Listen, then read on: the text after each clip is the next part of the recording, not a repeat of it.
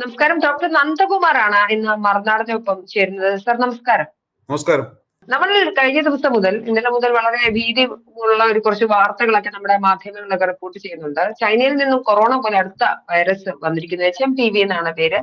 അവിടെ അടിയന്തരാവസ്ഥ പ്രഖ്യാപിച്ചിരിക്കുന്നുള്ള കുറെ വാർത്തകൾ. പലതും ക്ലിക്ക് ബൈറ്റുകളാണെന്ന് മനസ്സിലാവുന്നുണ്ട്. പലതും കഴിഞ്ഞ ലോക്ക്ഡൌൺ സമയത്തെ വിഷ്വൽസ് ആണ് അവര് എടുത്തിരുന്നതെന്ന് തോന്നുന്നുണ്ട്. സർ എന്താണ് സംഭവം? അത് ഡോക്ടർ ഇതിനെ എങ്ങനെയാണ് ഇവാലുവേറ്റ് ചെയ്യുന്നത്? WHO ഇതിനെ കൺഫേം ചെയ്തിട്ടുണ്ടോ? എങ്ങനെയാണ് രോഗത്തെ ആധികാരികമായി നമ്മൾ തിരിച്ചറിയേണ്ടത്? ഇത് എനിക്ക് തോന്നുന്നത് നമ്മുടെ മീഡിയ ശകലം കുറച്ചൊരു പാനിക് ബട്ടൺ സ്ട്രൈക്ക് ചെയ്തിരിക്കുന്നു എനിക്ക് തോന്നുന്നു. കാരണം ഈ വൈറസ് പുതിയതല്ല, എപ്പിഡമിക്കും പുതിയതല്ല. അപ്പം ചൈന എന്നുള്ള ഒരു കണക്ഷൻ വന്നുകൊണ്ടുള്ള ഒരു ബഹളമാണ് ഇപ്പം മീഡിയ ചെയ്തുകൊണ്ടിരിക്കുന്നത്. എനിക്ക് തോന്നുന്നു മീഡിയ കുറച്ചുകൂടെ ഹോംവർക്ക് ചെയ്യണം ആയിരുന്നു എന്ന് തോന്നുന്നു. ഈ HMPV എന്ന് പറയുന്നത് ഹ്യൂമൻ മെറ്റാ ന്യൂമോണിയ വൈറസ് എന്ന് പറയുന്നത്. സത്യത്തിൽ അത് തുടങ്ങിയത് ഏവിയൻ ആണ്. ബേർഡ് ഫ്ലൂ മാതിരി തുടങ്ങിയ ഒരു വൈറസാണ്. ബേർഡിൽ നിന്നും ഏവിയൻ ജീനോമിക് ആയിട്ട് ബേർഡ് ഫ്ലൂവും ബേർഡ് മെറ്റാന്യൂമോണിയ വൈറസും ഹ്യൂമൻ മെറ്റാന്യൂമോണിയ വൈറസും തമ്മിൽ ജീനോമിക് ആയിട്ട് ഐഡന്റിറ്റി ഉണ്ട്. അത് കാരണം അങ്ങനെ ട്രാൻസ്മിറ്റ് ചെയ്ത് വന്നേക്കുന്നതാണ്. ഇത് കണ്ടുപിടിച്ചത് ഇപ്പോഴല്ല, 2001 കണ്ടുപിടിച്ചതാണ്. 2001 തൊട്ട് ഇതറിയാം. അത് കണ്ടുപിടിച്ചത് നെതർലാൻഡിലാണ്, ചൈനയിലല്ല. അപ്പോ അതിനുശേഷം പല രാജ്യങ്ങളിലും ഇതിന്റെ ചെറിയ ചെറിയ എപ്പിഡമിക്കുകൾ വന്നിട്ടുണ്ട്. അത് കൂടുതലും ബാധിക്കുന്നത് കുട്ടികളെയാണ്. കുട്ടികളെയും പ്രായം കൂടിയ ഇമ്മ്യൂണോ കോംപ്രമൈസ് നമ്മൾ പറയുമല്ലോ, ആ വിഭാഗത്തിൽപ്പെടുന്ന കുട്ടികളെയൊക്കെയാണ് ഇത് ബാധിക്കുന്നത്. അപ്പോൾ അവർക്ക് ഇത് ന്യൂമോണിയ വരും. അതിനകത്ത് കുറച്ച് മോർട്ടാലിറ്റി ഉണ്ട്. ആ ഒരു പ്രശ്നമാണ് അതിനകത്തുള്ളത്. പിന്നെ മറ്റൊന്നുള്ളത്, കുറച്ച് വിന്റർ കൂടുതലുള്ള രാജ്യങ്ങളിലാണ് ഇത് വരിക. അപ്പൊ വിന്റർ അങ്ങ് തുടങ്ങി ഒരു പകുതി ആകുമ്പോഴത്തേക്ക് വൈറസ് ഇങ്ങനെ അകത്തേക്ക് കയറി കുട്ടികളെ ബാധിക്കും. മറ്റു റെസ്പിറേറ്ററി വൈറസ് മാതിരി തന്നെയാണ് ഈ ഡ്രോപ്ലെറ്റ് ഇൻഫെക്ഷൻ. നമ്മുടെ മൂക്കിൽ നിന്നും വായിൽ നിന്നും ഒക്കെ ഉള്ള സ്രവങ്ങൾ പകരുക. പിന്നെ അത് മാത്രമല്ല, രോഗി ഉപയോഗിച്ച വസ്ത്രം, ഹാൻകർച്ചീഫ്, ഇതൊക്കെ ക്ലോസ് കോണ്ടാക്ട് വഴി കിട്ടുക. ഇമാതിരി മെത്തഡ് തന്നെ കോവിഡ് മാതിരി, എസ്പെഷ്യലി കോവിഡുമായിട്ട് സാമ്യമുണ്ട്. കോവിഡ് മാത്രമല്ല, മറ്റു ഫ്ലൂ, റെസ്പിറേറ്ററി വൈറസിന്റെ മറ്റു ഫ്ലൂ വൈറസ് മാതിരി അതിന്റെ ട്രാൻസ്മിഷനിൽ വ്യത്യാസമുണ്ട്. പക്ഷെ ഇൻക്യുബേഷൻ പീരീഡ് വളരെ ഷോർട്ടാണ്, 3 to 6 days ഒക്കെ ഉള്ളൂ. ഏറ്റവും കൂടുതൽ ബാധിക്കുന്നത് 1 വയസ്സ് താഴെയുള്ള കുട്ടികളാണ്. 6 months to 12 months ആണ് ഏറ്റവും കൂടുതൽ ബാധിക്കുന്നത്. പിന്നത്തെ അടുത്ത പീക്ക് 65 വയസ്സിന് ശേഷമാണ് പിന്നത്തെ പീക്ക് ഉണ്ടാകുന്നത്. അതുകൊണ്ട് പ്രായം കൂടിയ ആൾക്കാർ, പ്രത്യേകിച്ച് ഫ്രെയിൽ ആയിട്ടുള്ള ആൾക്കാർ, ഈ ഇമ്മ്യൂണോ കോംപ്രമൈസ്ഡ്, ഡയബറ്റീസ് ഒക്കെ ഉള്ള ആൾക്കാർ, ആസ്മ പ്രത്യേകിച്ച്, അവർക്കൊക്കെ ഈ ഡിസീസ് കുറച്ചുകൂടെ സിവിയർ ആയിരിക്കും. സാധാരണഗതിയിൽ അപ്പർ റെസ്പിറേറ്ററി ഇൻഫെക്ഷൻ ആയിട്ടും ഇരിക്കും. ചിലർക്ക് ലോവർ റെസ്പിറേറ്ററി ലങ്ങിലെ ഇൻഫെക്ഷൻ ആയിട്ട് വരാം. കുറച്ച് പേർക്ക് ന്യൂമോണിയ, ന്യൂമണൈറ്റിസും ഒക്കെ, ബ്രോങ്കൈറ്റിസും ഒക്കെ ഉണ്ടാകാം. അതാണ് ഇതിന്റെ ഒരു സ്വഭാവം. അപ്പൊ ഇപ്പോ ചൈനയിലും ഹോങ്കോങ്ങിലും ഒക്കെ റിപ്പോർട്ട് ചെയ്തിട്ടുണ്ട്. മറ്റു രാജ്യങ്ങളൊക്കെ, ഏഷ്യൻ രാജ്യങ്ങളൊക്കെ ഇപ്പൊ അലേർട്ടിലാണ്. അവിടെ സ്പിൽ ഓവർ വന്നു കഴിഞ്ഞാൽ കണ്ടുപിടിക്കാനായിട്ട്. അത്രയാണ് ഇപ്പോൾ ഉള്ളത്. പക്ഷെ കഴിഞ്ഞ വർഷവും അതിന്റെ മുമ്പത്തെ വർഷമൊക്കെ USA റിപ്പോർട്ട് ചെയ്തിരുന്നു, ഫ്രാൻസിൽ റിപ്പോർട്ട് ചെയ്തിട്ടുണ്ട്. അങ്ങനെ പല രാജ്യങ്ങളിലും റിപ്പോർട്ട് ചെയ്തിട്ടുണ്ട്. ഇതിനൊരു അങ്ങനെ ഒരു പാനിക് ആവശ്യമില്ല. ഇതിന് ഒരു ലോ ഗ്രേഡ് എപ്പിഡമിക് ആയിട്ട് വന്നിട്ട് അങ്ങ് പോകും. പിന്നെ കേരളത്തിനെ സംബന്ധിച്ചിടത്തോളം വലിയ പ്രശ്നമില്ല. കാരണം നമുക്ക് വലിയ വിന്റർ ഇല്ലാത്തതുകൊണ്ട്, വിന്ററുള്ള രാജ്യമല്ലല്ലോ, സംസ്ഥാനമല്ല കേരളം. അതുകൊണ്ട് അങ്ങനൊരു ഭയപ്പാടിന്റെ ആവശ്യം ഉണ്ടെന്ന് തോന്നുന്നില്ല. ആദ്യമായിട്ട് നമ്മൾ ചെയ്യേണ്ടത് ഇതിൻ്റെ അകത്തൊരു ഭയമില്ല എന്നാണ്. ഇത് ഭയമില്ലാന്ന് തന്നെയാണ് ഇന്ത്യയിലെ അതുൽ ഗോയൽ എന്നുള്ള നമ്മുടെ ഹെൽത്ത് മിനിസ്റ്ററുടെ സ്പോക്സ് പേഴ്സൺ അദ്ദേഹം പറഞ്ഞേക്കുന്നത്. ഇതിൻ്റെ അകത്ത് ഒട്ടും തന്നെ ഭയമില്ല, ആവശ്യമില്ല. ഗവൺമെന്റ് ഓഫ് ഇന്ത്യ അലേർട്ടിലാണ്. എന്തെങ്കിലും ഉണ്ടെങ്കിൽ കൂടുതൽ അറിയിക്കാം എന്നുള്ളതാണ് അദ്ദേഹം പറഞ്ഞേക്കുന്നത്. അപ്പൊ അത് വിശ്വസിക്കാൻ പറ്റുന്ന ഒരു ഇതാണ് ഇതിനകത്ത്. നമ്മൾ ചൈന ഫാക്ടർ മാറ്റി വെച്ചു കഴിഞ്ഞാൽ പിന്നെ നമുക്ക് ഭയപ്പെടാനായിട്ടൊന്നുമില്ല. അതേ കാരണം കൊണ്ട് തന്നെയാണ് ലോകാരോഗ്യ സംഘടന അലേർട്ടൊന്നും പ്രഖ്യാപിക്കാത്തത്. അവരുടെ സൈറ്റിൽ ഇപ്പോഴില്ല.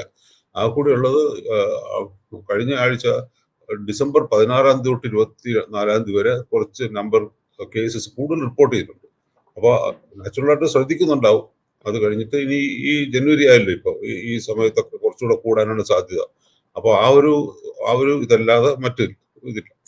മറ്റൊന്നുള്ള വേറൊന്ന് പറയാനുള്ളത്, ഇതിന്റെ ഇൻസിഡൻസ് 5 to 6% കുട്ടികളിൽ ഇപ്പൊ റിപ്പോർട്ട് ചെയ്യുന്നുണ്ട്, ന്യൂമോണിയ വരുന്ന കുട്ടികളിൽ. കണക്ക് കുട്ടികളുടെ ഹോസ്പിറ്റലൈസേഷന്റെ കണക്കെടുക്കുമ്പോൾ ഈ ബാധിച്ച രാജ്യങ്ങളിൽ ചൈന മാതിരിയുള്ള ഹോങ്കോങ് മാതിരിയുള്ള രാജ്യങ്ങളിൽ 5% അഡ്മിഷൻ വരുന്നുണ്ട്. അപ്പോൾ കോവിഡ് തുടങ്ങി അതുമാതിരിയാണ്. തുടങ്ങിയ കാലത്ത് ഈ രീതിയിലാണ് തുടങ്ങിയാണ് എല്ലാവരിലേക്കും ബാധിച്ചത്. അങ്ങനെ ഉള്ള സാമ്യം മാത്രമേ പറയാനൊക്കുള്ളൂ. അതാണ് ഇപ്പോഴത്തെ നില. സർ, ഒരു ചോദ്യമുണ്ട്. ഇപ്പൊ വിന്റർ ആവുന്ന സമയത്ത് ഒരുപാട് അസുഖങ്ങൾ വരാറുണ്ട്. അപ്പൊ വിന്ററും അസുഖങ്ങളും തമ്മിലുള്ള ബന്ധം എന്ന് പറയാം. ആ വിന്റർ സമയത്ത് കുറച്ച് കൂടുതൽ രോഗങ്ങൾ വരും. എന്ന് വെച്ചാൽ റെസ്പിറേറ്ററി വൈറസ് വരാനുള്ള സാധ്യത വളരെ കൂടുതലാണല്ലോ. വിന്റർ ആകുമ്പോൾ എല്ലാവരും അടുത്തടുത്തിരിക്കും. തണുപ്പാണ്, ഒരു മുറിയിൽ ഒന്നിച്ചിരിക്കും. സ്കൂളുകളിലും ഒക്കെ ആണെങ്കിൽ ഇങ്ങനെ കഡിൽ ചെയ്യാനായിട്ട് ക്ലോസ് ടുഗെദർ ഇരിക്കാൻ സാധ്യതയുണ്ട്. അതൊരു ഈ റെസ്പിറേറ്ററി വൈറസിന്റെ സ്പ്രെഡിന് അവരുടെ സാധ്യത വരും. ഒരാൾ തുമ്മുകയോ മൂക്കി ചീറ്റുകയോ ഒക്കെ ചെയ്യുമ്പോൾ പെട്ടെന്ന് അടുത്ത ആൾക്കാർക്ക് കിട്ടും.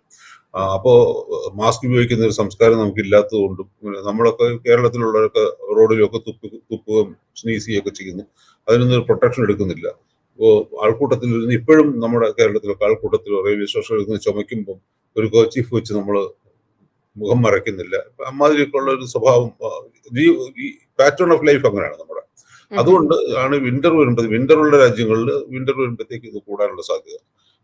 പക്ഷെ അതിൻ്റെ അകത്തൊരു പാറ്റേൺ ഉണ്ട്. ഇത് ചിലപ്പോൾ ഈ പർട്ടിക്കുലർ HMPV വൈറസ് ഈ വിന്റർ തുടങ്ങി കുറച്ച് ദിവസം കഴിയുമ്പോഴാണ് തുടങ്ങുന്നത്. അപ്പൊ വിന്റർ ആണോ, വിന്റർ സമയത്ത് നമ്മൾ ബിഹേവ് ചെയ്യുന്ന രീതിയാണോ എന്നുള്ളത് കൃത്യമായിട്ട് പറയാൻ പറ്റത്തില്ല. വിന്റർ തുടങ്ങുമ്പം HMPV വൈറസ് ഇല്ല. വിന്റർ തുടങ്ങി ശകലം വിന്റർ കയറി വരുമ്പോഴത്തേക്കാണ് ഈ വൈറസ് വരികയും പതുക്കെ അത് പീക്കുകയും ചെയ്യും. അതിനുശേഷം സ്പ്രിങ്ങില് വിന്റർ കഴിഞ്ഞ പിന്നെ വരുന്ന സ്പ്രിംഗ് ആണല്ലോ. ആ സ്പ്രിങ്ങിൽ ഇത് നിലനിൽക്കും. സ്പ്രിങ്ങിൽ നിൽക്കുകയും സ്പ്രിംഗ് എത്തുമ്പോഴത്തേക്ക് RSV വൈറസിന്റെ എപ്പിഡമിക് വരികയും അപ്പോൾ ഇതൊന്ന് താഴ്ന്നു പോവുകയും ചെയ്യുന്നു. അതാണ് ഒരു പാറ്റേൺ. അപ്പൊ ആ പാറ്റേണിന്റെ അകത്ത് വെതർ കണ്ടീഷൻ മാത്രമല്ല, അതിന്റെ അകത്ത് നമ്മുടെ ജീവിത രീതിയും കൂടെ ഒരു ഫാക്ടറാണ്. അതാണ് പറഞ്ഞത്. ഇപ്പൊ ചൈനയിൽ ഉള്ളൊരു ഫാക്ടർ എടുത്തു വെച്ചിട്ടാണ് മാധ്യമങ്ങൾ അതിനെ പൊലിപ്പിച്ച് കാണിക്കുന്നത്. എന്നാൽ നമ്മൾക്കൊരു രോഗം, ഇങ്ങനെ ഒരു ഒരു പാൻഡമിക് വരുന്നു, അതിനെ പാനിക് സിറ്റുവേഷൻ ആയിട്ട് മാധ്യമങ്ങൾ റിപ്പോർട്ട് ചെയ്യുന്നു. സത്യത്തിൽ അതൊരു പാൻഡമിക് ആണെന്ന് അത് ഒഫീഷ്യൽ ഡിക്ലറേഷൻ അല്ലെങ്കിൽ അതോറിറ്റി പറയേണ്ടതിന് എങ്ങനെയാണ് നമുക്ക് വെരിഫൈ ചെയ്യാൻ പറ്റുന്നത്? ഇത് നമ്മൾ ഭയം, ജാഗ്രത പോലുള്ള കാര്യങ്ങൾ.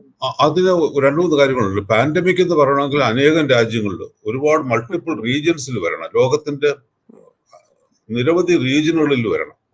എന്നാലേ പാൻഡമിക് എന്ന് പറയാൻ പറ്റുള്ളൂ. അനേകം രാജ്യങ്ങളിൽ വരിക, ഒരു രാജ്യത്ത് നിന്ന് ബോർഡർ ക്രോസ് ചെയ്യാനായിട്ട് സാധിക്കുക, അങ്ങനെയൊക്കെ എത്തുമ്പോഴാണ്. എപ്പിഡമിക് എന്ന് പറയുന്നത് പ്രാദേശികമായിട്ട് സ്പ്രെഡ് ചെയ്തുകൊണ്ടിരിക്കുന്നതിനാണ് എപ്പിഡമിക് എന്ന് പറയുന്നത്. ഇപ്പൊ നമുക്ക് വേണമെങ്കിൽ എപ്പിഡമിക് എന്ന് പറയാം. ആ ഒരു പ്രദേശങ്ങളിൽ വന്നിരിക്കുന്നു എന്നുള്ളതാണ്. ഇന്ത്യയിൽ ഇതുവരെ റിപ്പോർട്ട് ചെയ്തിട്ടില്ല. അതുകൊണ്ട് എപ്പിഡമിക് നേച്ചർ ഉണ്ട് ഇപ്പം, അത്രേ പറയാൻ പറ്റുള്ളൂ.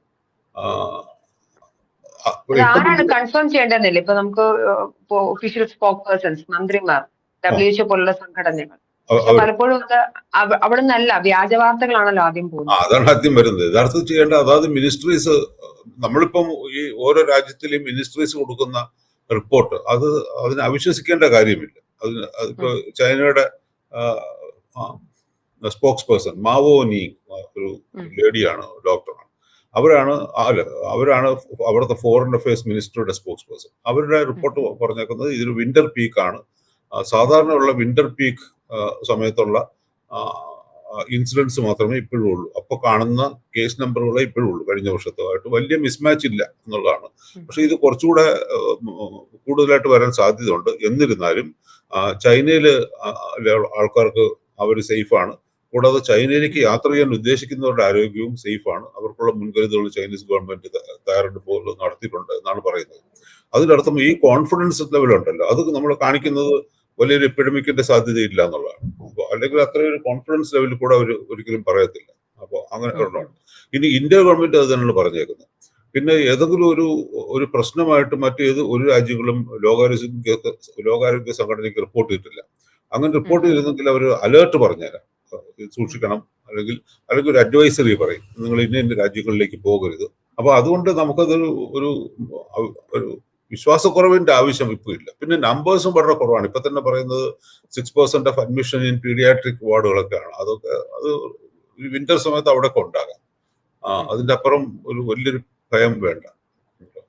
ഈ നോർമൽ ഗ്രാഫ്, ഇപ്പൊ സാധാരണ രീതിയിൽ ഇപ്പൊ ആളുകൾ ആശുപത്രിയിൽ അഡ്മിറ്റ് ആകുന്നതിനേക്കാൾ കൂടുതൽ ആളുകൾ, ഇത്ര പെർസെന്റേജ് ഓഫ് ആളുകൾ അധികമായി ഒരു പാൻഡമിക് സിറ്റുവേഷനിൽ അഡ്മിറ്റ് ആവേണ്ടതുണ്ട്. അങ്ങനെ എന്തെങ്കിലും ഒരു പീക്ക് ഇഷ്യൂസ് അവിടെ ഒന്നും റിപ്പോർട്ട് ചെയ്തിട്ടില്ലെന്നാണോ? ഇപ്പൊ റിപ്പോർട്ട് ചെയ്തിട്ടില്ല. അത് മാത്രമല്ല പാൻഡമിക്കിന്റെ സാധ്യതയും ഇല്ല. എന്തായാലും ഒരു എപ്പിഡമിക് എന്ന ലെവലിൽ നിൽക്കാം. ഇന്ത്യയിൽ വന്നാലും ഇന്ത്യയിൽ ഒരു പ്രാദേശികമായിട്ടൊക്കെ നിൽക്കത്ത് മാത്രമേ ഉള്ളൂ അവിടെ. അതല്ലാതെ ഒരുമില്ല. ഇപ്പൊ നമുക്ക് റിസ്ക് ഉള്ളത് ഇങ്ങനെ ആസ്മ, ഭയങ്കര എയർ പൊല്യൂഷൻ ഉള്ള രാജ്യം. ഇപ്പൊ ഡൽഹി ഉദാഹരണത്തിന് ഒരു ഹൈ പൊല്യൂഷൻ ഉള്ളതാണ്, എയർ പൊല്യൂഷൻ ഉള്ള, വിസിബിലിറ്റി കുറവാണ്. അങ്ങനെയൊക്കെയുള്ള രാജ്യങ്ങളിൽ, അങ്ങനെയുള്ള പ്രദേശങ്ങളിലൊക്കെ ഈ വൈറസ് വന്നു കഴിഞ്ഞാൽ അത് സ്പ്രെഡ് ചെയ്യാനായിട്ട് സാധ്യത കൂടുതലാണ്. പക്ഷെ അത് കൂടുതലും ബാധിക്കുന്ന കുട്ടികൾക്കാണ് ഈ സീരിയസ് ഡിസീസ് വരുന്നത്. പക്ഷെ ഇപ്പൊ നമ്മൾ മറ്റുള്ള രാജ്യങ്ങളുടെ റിപ്പോർട്ട് നോക്കുമ്പോൾ, ഞാനിപ്പോ കുറച്ച് റിപ്പോർട്ടുകൾ നോക്കിക്കൊണ്ടിരിക്കുകയായിരുന്നു. അതിൽ ഫ്രാൻസിൽ നിന്നും യുണൈറ്റഡ് സ്റ്റേറ്റ്സിൽ നിന്നൊക്കെ വരുന്ന റിപ്പോർട്ടുകൾ വന്നേക്കുന്നത് റിപ്പീറ്റ് ഇൻഫെക്ഷൻ സാധ്യമാണെന്നുള്ളതാണ്. ആദ്യം ഈ കുട്ടികൾക്ക് വന്നതിന് ശേഷം അവർക്ക് RSV വൈറസ് വരികയും പിന്നീട് ഇതിന്റെ റീഇൻഫെക്ഷനും ഉണ്ടാകുന്നു എന്നുള്ളതാണ്.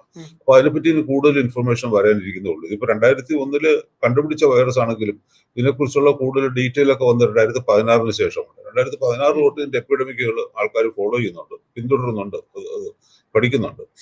അപ്പോൾ ആ എപ്പിഡമിക്കുകളുടെയൊക്കെ ഈ പാറ്റേണിലാണ് കാണിക്കുന്നത്. അപ്പൊ അതുകൊണ്ട് പ്രാദേശിക എപ്പിഡമിക്കുകൾ എല്ലാ വർഷവും ഉണ്ടാകുന്നുണ്ട്. അതിന്റെ അപ്പുറമൊന്നുമില്ല. പിന്നെ നമുക്ക് ഇതുണ്ട്, ഒരു വാക്സിൻ ഉണ്ടാക്കാനുള്ള ശ്രമം നടക്കുന്നുണ്ട്.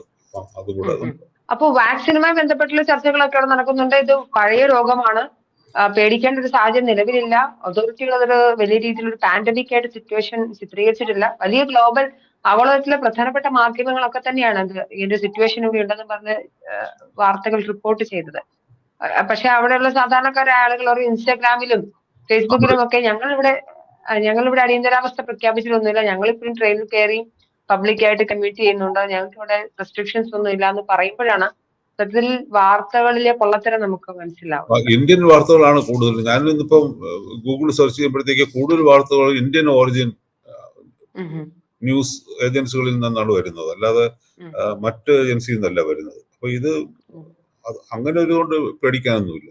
ഈ വൈറസ് 2001 ഡിസ്കവർ ചെയ്തതാണ്, അപ്പോഴാണ് വൈറസ് കണ്ടുപിടിച്ചത്. അതേസമയം കഴിഞ്ഞ 1990-കളൊക്കെ ആയപ്പോൾ തന്നെ നമുക്കറിയാവുന്ന ഒരു കാര്യമുണ്ട്, ഇനി വരാൻ പോകുന്നത് ഈ വൈറൽ ഇൻഫെക്ഷന്റെ ഒരു കാലഘട്ടമാണ്.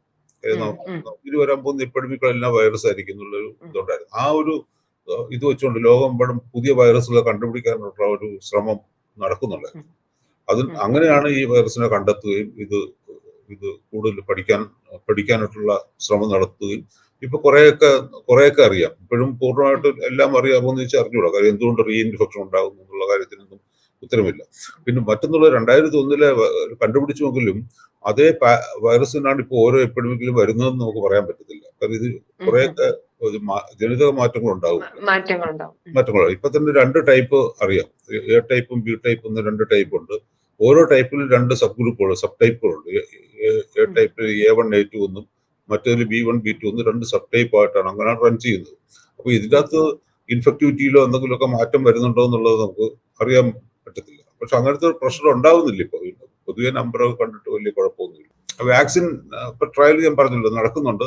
അത് phase 1 ട്രയൽ കഴിഞ്ഞിരിക്കുകയാണ്, അവിടെ എത്തിയിട്ടുള്ളൂ. അപ്പൊ പിന്നെ അതിന്റെ എത്ര സ്പീഡ് ഉണ്ടാവും എന്നുള്ളത് ഈ പുതിയ എപ്പിഡമിക്കുകൾ ഉണ്ടാകുന്നതിന്റെ അനുസരിച്ചിരിക്കും. പുതിയ എപ്പിഡമിക് ഉണ്ടാവുകയും അത് കൂടുതൽ ഏതെങ്കിലും ഭാഗത്ത് സ്പ്രെഡ് ചെയ്യുകയും ചെയ്യുകയാണെങ്കിൽ വാക്സിൻ നിർമ്മാണം മുമ്പോട്ട് പോകുള്ളൂ. വാക്സിൻ ഉണ്ടാക്കിയിട്ട് അത് വാക്സിൻ ഉപയോഗിക്കാൻ ആൾ വേണമല്ലോ. അപ്പൊ അതുകൊണ്ട് ആ ഒരു കാര്യമാണ് അതിൻ്റെ അകത്തുള്ളത്. പിന്നെ ഇതിനകത്തുള്ള മറ്റൊരു വിഷയം എന്നുള്ളത്, നേരത്തെ നമ്മൾ കണ്ടിട്ടുള്ള വൈറസ് മാതിരി ഫാസ്റ്റ് സ്പ്രെഡിങ് വൈറസ് മാതിരി ഇതൊരു RNA വൈറസ് ആണ്, സിംഗിൾ സ്റ്റാൻഡേർഡ് RNA വൈറസ് ആണ്. അതുകൊണ്ട് മ്യൂട്ടേഷനും അങ്ങനെയുള്ള സാധ്യതകളൊക്കെ അതിൻ്റെ അകത്തുണ്ട്. അപ്പൊ അതുകൊണ്ട് കുറച്ചുകൂടി ലാർജർ എപ്പിഡമിക് ആണെങ്കിൽ നമുക്ക് തീർച്ചയായിട്ടും അതിനെക്കുറിച്ച് കൂടുതൽ ചിന്തിക്കണം. അപ്പൊ ഇന്നത്തെ സ്ഥിതിയിൽ ഡിസംബറിൽ വന്ന റിപ്പോർട്ടുകളോട്ട് നോക്കുമ്പോൾ ഇപ്പം വലിയ മാറ്റമില്ല. ജനുവരി ഇപ്പം 4-ാം തീയതി ആയല്ലോ, ഇപ്പൊ ഇന്ന് വരെ വലിയ മാറ്റമില്ല. ഇനി ഇതേമാതിരി തുടരുമോ, അല്ലെങ്കിൽ ഈ വിന്റർ ഉള്ള രാജ്യങ്ങളിൽ വിന്റർ വരുമ്പോൾ കുറച്ചുകൂടെ ഒന്ന് പീക്കിലേക്ക് പോകുമോ എന്നുള്ളത് നമുക്ക് അടുത്ത ഒരു 4 ആഴ്ച കൊണ്ട് പറയാൻ പറ്റുള്ളൂ. അപ്പോഴത്തേക്ക് നമുക്ക് കൂടുതൽ ഇതിനെക്കുറിച്ച് സംസാരിക്കാൻ പറ്റും. ഓക്കെ സർ, വളരെ വ്യക്തമാണ്. അതായത് മാധ്യമങ്ങൾ ഉത്തരവാദിത്തത്തോടു കൂടി വാർത്തകൾ റിപ്പോർട്ട് ചെയ്യേണ്ടതുണ്ട്. ആളുകളെ ഭയപ്പെടുത്തി ക്ലിക്ക് ബൈറ്റുകൾ കിട്ടുക എന്നതിനേക്കാൾ ഉപരിയായി മാധ്യമങ്ങളെയാണ് ആളുകൾ വിവരങ്ങൾക്കായി പ്രധാനമായി ആശ്രയിക്കുന്നത്. ഇങ്ങനെയുള്ള ചൈനയിലേക്ക് ആളുകൾ പോകാൻ പാടില്ല, ചൈനയുടെ അതിർത്തികൾ അടയ്ക്കുന്നതോടെ അടിയന്തരാവസ്ഥ പ്രഖ്യാപിച്ചു, അവിടെ ലോക്ക്ഡൌൺ ആയി, ഇന്ത്യക്ക് വലിയ ഭീതിയാണെന്നുള്ള തരത്തിലുള്ള വ്യാജ പ്രചരണങ്ങൾ നടത്തണം. നിലവിലുള്ളത് ഒരു എപ്പിഡമിക് മാത്രമാണ്. രാജർ ഒരു പുള്ളിലേക്ക് പോയിട്ടുള്ള ഒരു പാൻഡമിക് സിറ്റുവേഷൻസ് ഇല്ല. ഇതൊരു പഴയ വൈറസ് മാത്രമാണ്. അതിനുള്ളൊരു വാക്സിനും ഉള്ള അതിന്റെ ട്രയലുകളും അതിന്റെ പ്രോസസ്സിലാണ് ഉള്ളത്. എന്തായാലും ഒരുപാട് സന്തോഷം സാർ, കൃത്യമായ ശാസ്ത്ര തെളിവുകൾ മറന്നാർന്നു. നന്ദി. Thank you so much. Thank you.